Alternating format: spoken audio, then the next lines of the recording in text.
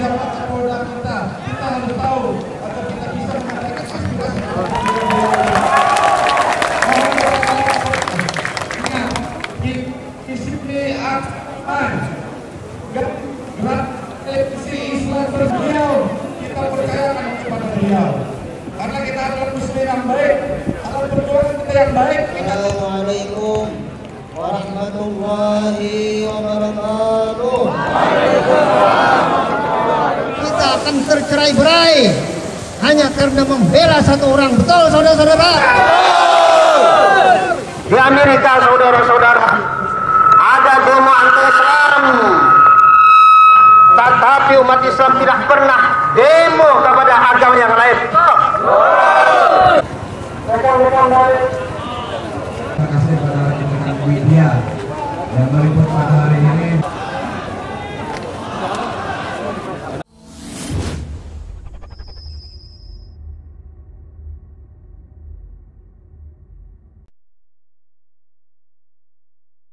Jadi saya akan jawab secara umum. Mudah-mudahan nanti nggak perlu ada lagi yang tanya-tanya lagi sudah. Karena ini kalau tidak ini ya rasa penasaran bisa menimbul suuzon. Ustadz ikut demo gak? Kayaknya sih enggak lah. Berarti antum bukan Islam. Masya Allah ya. Saya bilang dari tadi pagi ini orang Islam di Indonesia terkesan kayak galak-galak gitu ya. Bahkan Ustadz memending jawaban pun bisa disuuzonin gitu lah. Jangan-jangan sudah nggak gemar lagi minum madu tapi hobi makan tawon yang begini gitu ya. Madunya nggak diminum, tawon yang dimakan jadi galak-galak. Iya. Sekali lagi demi Allah, saya Muhammad Subhan bin Umar Abu Bakar Bawazir mengatakan dengan tegas bahwa marah ketika melihat Quran ini dihina, ini sudah bisa menjadi bagian dari iman. Karena kalau kita nggak marah, kita nggak beriman. Agama dihina, Quran dihina oleh orang yang nggak paham Quran. Jujur, kejadian seperti ini sudah terjadi bukan hanya 2016. Sejak diutusnya manusia paling mulia di atas jagat raya ini, Muhammad bin Abdullah sallallahu alaihi wasallam, bahwa Quran sudah dihina sejak zaman Nabi. Dan itu bukan hal yang mengherankan. Kenapa? Karena yang menghina ini orang kafir yang nggak paham Quran. Lihatlah bagaimana sikap Nabi ketika Quran dihina. Ini Allah kabarkan dalam Quran di sekian banyak ayat. Sehingga berbeda firqah, berbeda manhaj, berbeda mazhab. Tapi satu pemahaman kita, walaqad kana lakum fi Rasulillahi uswatun hasanah. Telah ada suri toladan yang terbaik pada diri Rasulullah sallallahu alaihi wasallam. Maka kita sepakat tidak perlu contoh lain kecuali beliau. Sehingga ulama menyimpulkan bahwa semua telah beliau sampaikan. Bahkan sahabat menyaksikan, allamakum nabiyukum kulla syai' hatta al-khira'. Bukankah kalian umat Muhammad yang telah mengajarkan segala sesuatu, bahkan sampai cara buang hajat pun diajarkan? Betul. Cuma Islam agama yang mengajarkan kalau masuk WC kaki kiri baru kaki kanan, keluar kanan dulu baru kiri. Cuma Islam yang mengajarkan kita baca ta'awuz, a'udzubillahi minal khubsi wal khaba'is, keluar gufronaka.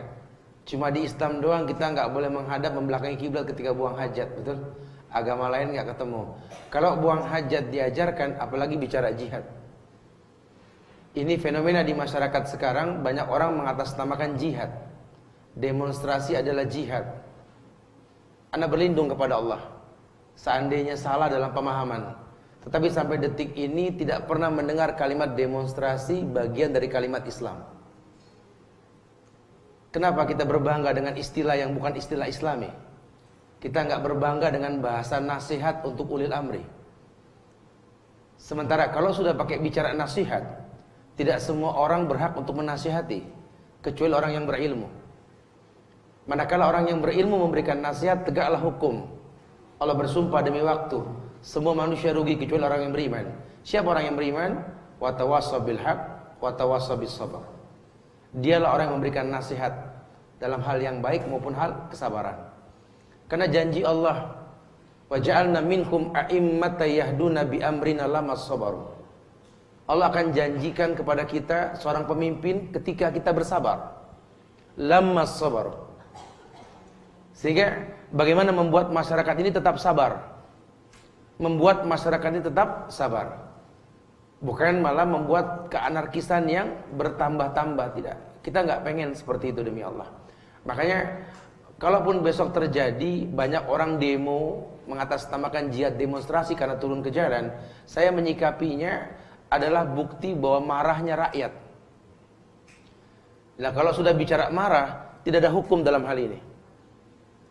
Jangankan rakyat yang marah pada pemerintah, ya, jangankan rakyat yang marah pada pemerintah ketika terzolimi, bahkan anak pun yang mungkin merasa terzolimi bisa marah sama ayahnya atau orang tuanya, dan dia membentak orang tuanya.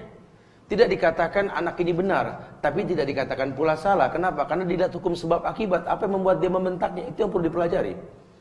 Sehingga ulama nggak nimbrung dalam hal ini mengiyakan sesuatu yang tidak islami. Harusnya mengistiqomahkan diri untuk menjadi orang-orang yang menasihati ulil amri. Tidak semua orang turun ke jalan. Karena khawatirnya ini jihad kita bak bumerang yang dilempar akan berbalik kepada yang melempar gitu. Seperti yang lampau kita lihat, banyak dipertontonkan dan kritikan dari orang-orang non-muslim bahwa berapa banyak orang-orang Islam ini yang ketika waktu Jumat berdemo, banyak yang nggak sholat Jumat. Ya, padahal saat ini kita nggak menyalahkan mereka yang turun ke jalan karena emosi. Orang emosi apapun bisa terjadi. Ini pemerintah lelet, lambat sekali. Sehingga tidak disalahkan kalau rakyat yang terbatas ilmunya seperti ini. Jadi, tapi kalau di mata Islam, apapun keadaannya di mata Islam, apapun keadaannya, tidak akan pernah ada satu ulama pun yang sahih yang menerima kalimat demonstrasi bagian dari sebuah jihad. Lau kana khairan la sabaquna ilaih. Karena kalau memang ini baik, demonstrasi adalah sebuah kebaikan, para sahabat sudah melakukan dan tidak ada yang melakukan ini. Tapi menasihati pemimpin sudah ada, bukan tidak. Kalaupun harus terjadi, paling tidak diredam. Jangan sampai kejahilan meliputi apa yang mereka lakukan. Sampai perempuan turun ke jalan, ya jangan. Sebanyak apapun perempuan turun ke jalan gak membuat gentar hati para laki gitu loh.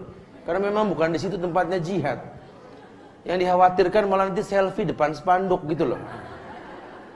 Ini kan berbahaya sekali. Ya, jangan. Tidak ada bahasa yang seperti itu. Jadi demi Allah, yuk mulai kita belajar bangga dengan apa yang di Islam. Karena Islam ajarkan semua. Bicara komplain sama kezoliman, ya Islam ajarkan, bukan tidak. Kezoliman terjadi zaman Rasul, kezoliman terjadi zaman sahabat, penindasan para sahabat, pembantaian para sahabat pernah terjadi, bukan tidak. Dan Islam agama yang mengajarkan kesempurnaan. Allah sendiri yang mengatakan al-yawma akmaltu lakum dinakum wa atmamtu 'alaikum ni'mati wa raditu lakumul Islam ad-dina. Sempurna sudah agama, dengan ayat ini sudah sempurna. Jadi kalau emang harus turun ke jalan menuju tempat untuk mengislah pemimpin, pemerintah dan lain sebagainya, kalau bisa orang yang berilmu. Atau kalau memang sudah terlanjur pada pengen turun, tolong berilmu. Jangan mempertontonkan hal yang sifatnya serampangan. Gitu ya.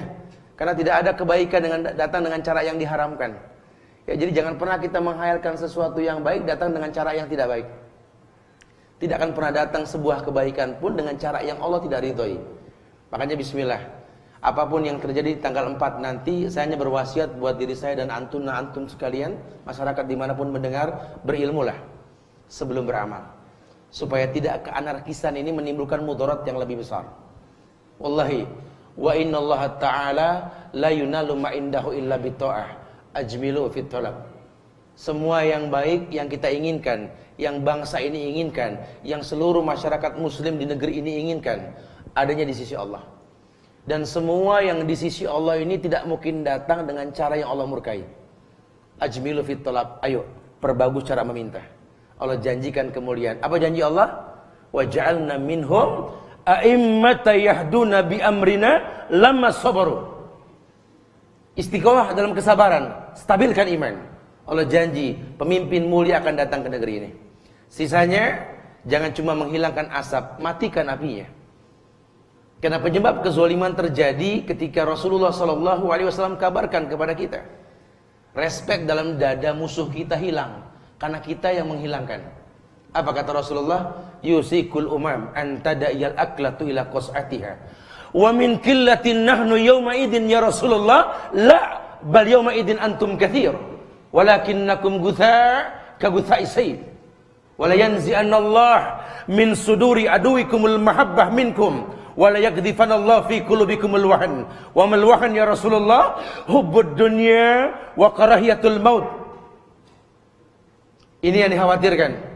Kalau cinta dunia sudah merebak di hati kita, kalau seorang guru sudah pengen dipandang pandai oleh muridnya, kalau seorang pahlawan pengen dipandang sebagai orang yang berjasa, kalau orang yang bersedekah sudah pengen dipandang sebagai dermawan, kalau orang yang menuntut ilmu pengen dibilang alim, orang yang baca Quran pengen dibilang qari, fantazir sa'ah, tunggu waktu kehancuran.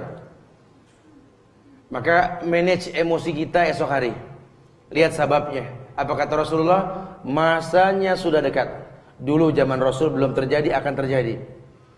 Orang di luar kalian akan menggiring kalian seperti menggiring ke meja makan. Mudahnya orang Islam digiring ke meja makan. Satu orang bisa mewakili 100 orang.